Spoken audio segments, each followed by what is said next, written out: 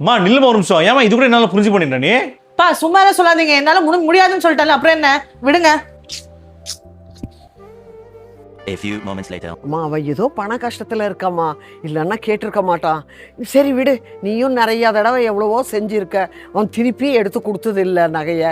நான் பார்க்குறேன், இந்த ஒரே ஒரு செயின் இருக்குது, வேணா நான் கொடுத்துக்கிறேன், நீ விடுமா பரவாயில்ல. ஐயோ அதெல்லாம் வேண்டாம் மம்மி, உங்ககிட்ட இருக்கிறதே ஒரே செயின் தான். நீங்க போங்க, நான் உள்ள இருக்கிறதே எடுத்து கொடுக்குறேன், வரேன் இருங்க. சரி டேய், என்னடா இது உன் பொண்டாட்டிக்கிட்ட அப்படி கத்துன்னு கத்துற? அவகிட்ட நைஸாக பேச முடியாது அவனால்?